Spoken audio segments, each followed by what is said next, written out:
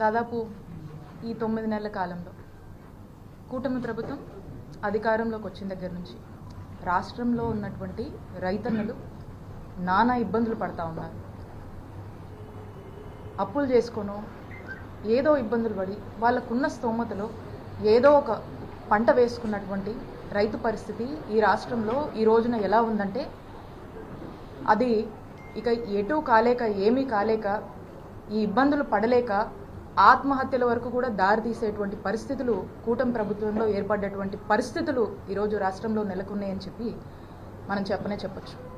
ఎందుకంటే ఈ రోజున మనం చూసినట్టయితే రైతు బాధ మనం వర్ణించలేనటువంటిది. ఈరోజు రైతుకు మనం చూస్తే జగనన్న ప్రభుత్వంలో రైతుకు మిర్చి పండిస్తే ఎంత వచ్చేదండి? 25,000 నుంచి 28,000 వరకు వచ్చేది. ఈ రోజున పరిస్థితి ఏంటి? 10,000 నుంచి 12,000 వరకు వస్తుంది. రైతు పరిస్థితి ఏంటండి? అప్పులు చేసుకొని నానా ఇబ్బందులు పడుతూ పంట వేసుకున్నటువంటి రైతు పరిస్థితి ఏంటి? గతంలో చూసుకున్నట్టయితే జగనన్న ప్రభుత్వంతో పోలిస్తే ఇప్పుడు సగానికన్నా తక్కువ రేటు ఈరోజు రైతుకు అందుతుంది. ఏ పంట వేసుకున్నా సరే నష్టం నష్టం నష్టం.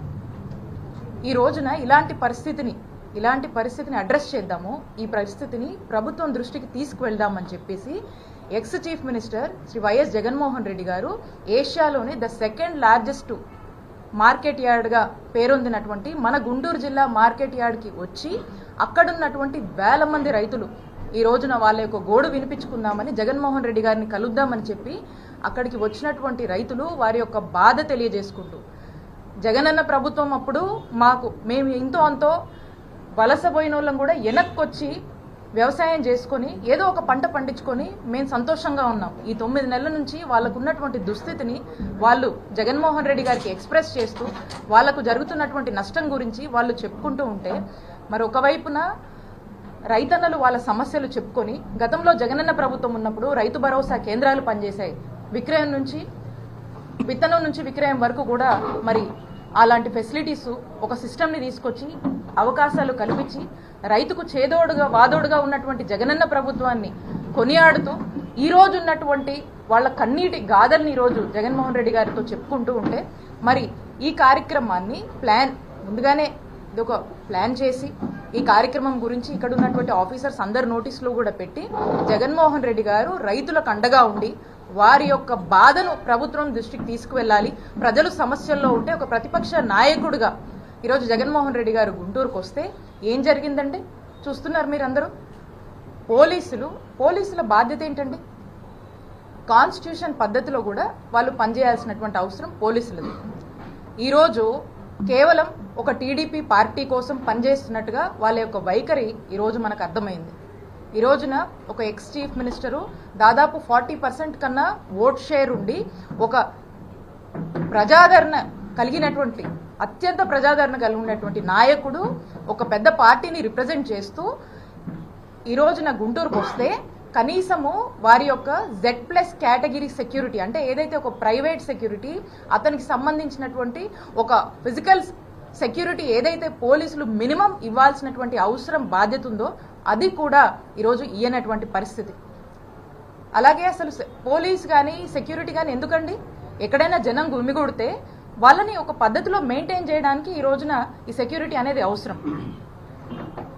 లా అండ్ ఆర్డర్ కంట్రోల్లో ఉంచడానికి ఇవన్నీ కూడా మెయింటైన్ చేయడానికి అవసరం.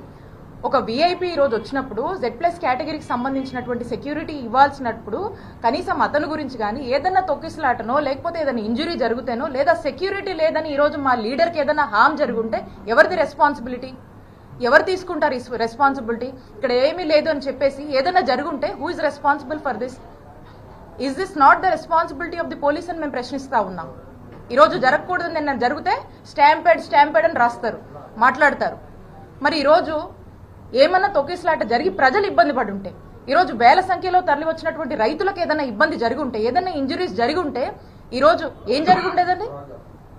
దీని బాధ్యత ఎవరు తీసుకుంటారు? I'm asking, it is not the fundamental basic responsibility of the police to react on this? ఎందుకు పోలీస్ వారి యొక్క బాధ్యత తీసుకోలేదు? I demand the SP, DIG గారు, ఐజీ గారు, డీజీపీ గారు దీని మీద ఎక్స్ప్లెనేషన్ ఇవ్వాలి మీరు. ఎందుకు ఒక ఎక్స్ చీఫ్ మినిస్టర్ ఈరోజు టూర్కి వస్తే ఒక ముందుగానే ఒక షెడ్యూల్ ఇచ్చి ఒక టూర్కి వస్తే ఎందుకు were you expecting some harm would have to happen to them, or some stampede? If something would have taken place, whose responsibility?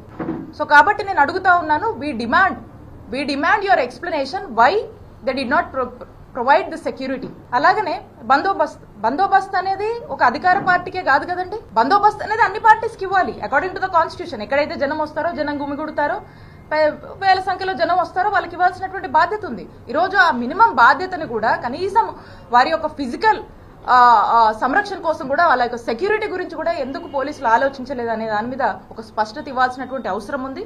And అంటా ఉన్నారు ఎన్నికల కోడ్ అని. మీరు చూసినట్టయితే మేము దీనికి లోబడే మా యొక్క కార్యక్రమాన్ని ఈరోజు చేపట్టడం జరిగింది.